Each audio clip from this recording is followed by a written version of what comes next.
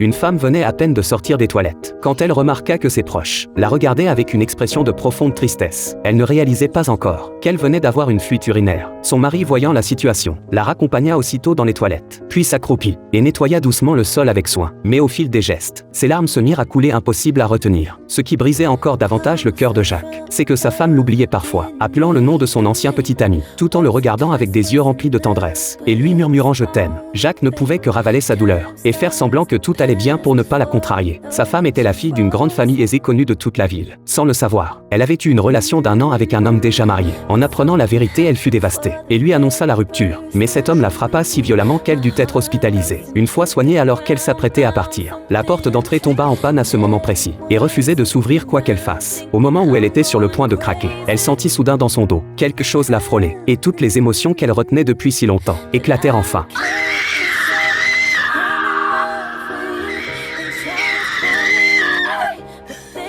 Mais à sa grande surprise, l'homme restait d'un calme déconcertant. Il s'avança de quelques pas vers elle, et lui ouvrit doucement la porte sans un mot, regardant s'éloigner cette femme. Il sourit.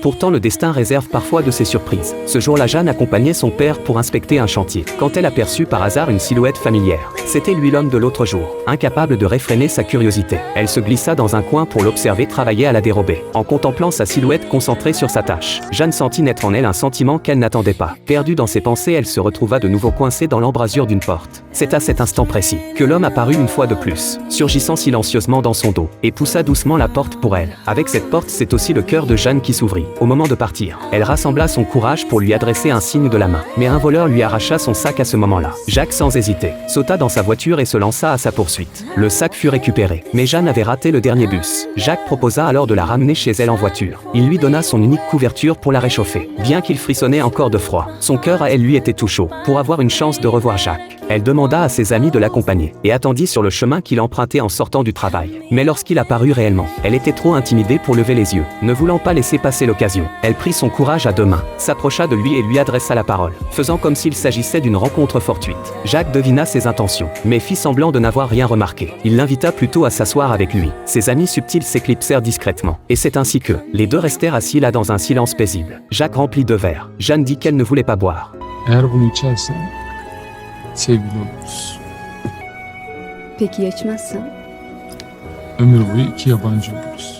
Jeanne prit alors le verre et le vida d'un trait. À partir de ce jour-là, Jacques sembla transformé. Il commença à soigner son apparence, allant jusqu'à se mettre du parfum. Depuis que l'amour avait fleuri dans sa vie, Jeanne arborait un sourire béat toute la journée, ce qui attira l'attention de son père. Il voulut faire la connaissance de Jacques. Mais Jacques, conscient de l'écart entre leur situation sociale, refusait obstinément de rencontrer ses parents. Jeanne, elle, ne se souciait guère de cette différence. Elle croyait que l'amour pouvait tout surmonter. Mais à ce moment précis, le père de Jeanne surgit à l'improviste. C'est alors qu'il découvrit que l'homme dont sa fille était éprise n'était autre qu'un simple charpentier sur son propre chantier. Lui, si fier de sa position, le congédia sur le champ et l'accusa même de se faire des illusions. Mais tout cela fut entendu par sa fille qui attendait dehors. Sous le choc, Jeanne eut un malaise et s'effondra lourdement sur le sol. Jacques, voyant cela, se précipita vers elle, la prit dans ses bras et courut jusqu'à l'hôpital. Heureusement, Jeanne n'avait eu qu'un malaise dû au stress. Sans gravité, à son réveil, elle se jeta dans les bras de Jacques et lui dit qu'elle ne le quitterait jamais. Cette scène n'échappa pas au père de Jeanne. Il finit par mettre de côté ses préjugés et sous une pluie de pétales, il leur offrit une somptueuse cérémonie de mariage. Leur vie de couple fut simple et heureuse. Grâce à l'aide de son beau-père, Jacques devint architecte. Jeanne était son plus fidèle soutien. Il pensait que cette félicité durerait toujours, mais le destin leur réservait un coup cruel. La santé de Jeanne commença à se dégrader. Elle ressentait fréquemment des engourdissements dans les bras. Sa mémoire faiblissait de jour en jour, et parfois elle ne retrouvait même plus le chemin de chez elle. Heureusement, Jacques arrivait toujours à temps. Lorsqu'elle regardait cet homme, à la fois familier et inconnu, elle ne parvenait pas à se souvenir de qui il était, jusqu'à ce qu'elle aperçoive une paire de gants dans ses mains. Le souvenir surgit, c'était son mari. Elle se jeta dans ses bras, envahie d'une terreur indicible. Jeanne se rendit aussitôt à l'hôpital. Le médecin lui annonça qu'elle était atteinte de la maladie d'Alzheimer,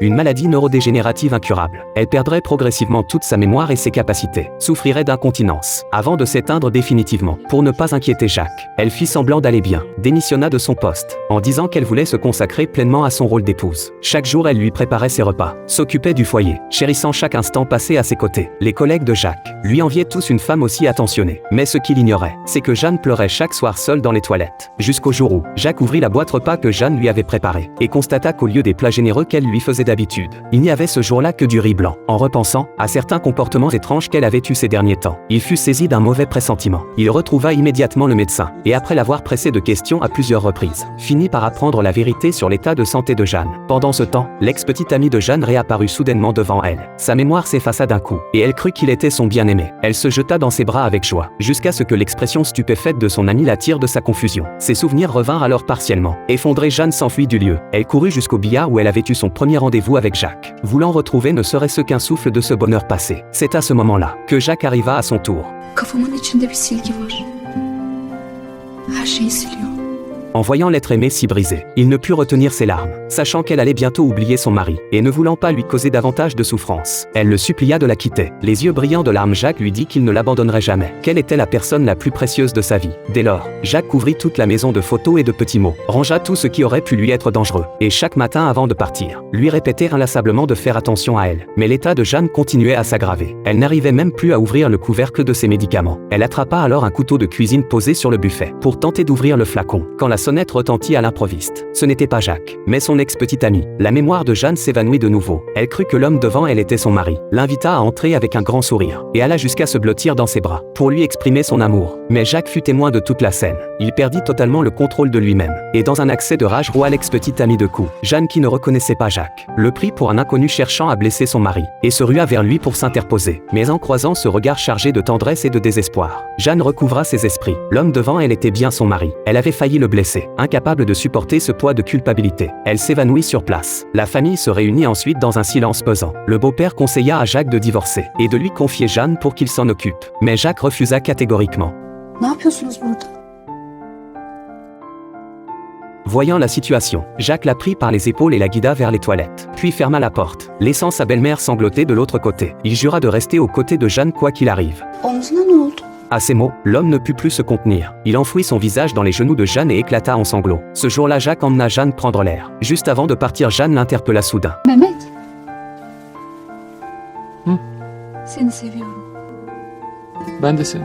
Mais dès qu'il se détourna du regard de sa femme, le cœur de Jacques se brisa complètement, car le nom que sa femme avait prononcé n'était pas le sien, mais celui de son ex-petite amie. Jeanne traversait ainsi ses journées de façon mécanique, jusqu'au jour où, en découvrant sur le buffet une vieille paire de gants usés, ses souvenirs refirent surface d'un seul coup. Elle comprit alors que l'homme qui était resté à ses côtés tout ce temps s'appelait Jacques. Non seulement elle l'avait blessé, mais elle l'avait confondu avec quelqu'un d'autre. Jeanne sentit que sa maladie était en train de détruire le bonheur de Jacques. Alors, dans un moment de lucidité, elle quitta discrètement la maison, ne laissant derrière elle qu'un mot. Quand Jacques rentra, il trouva la maison vide. Üzgünüm.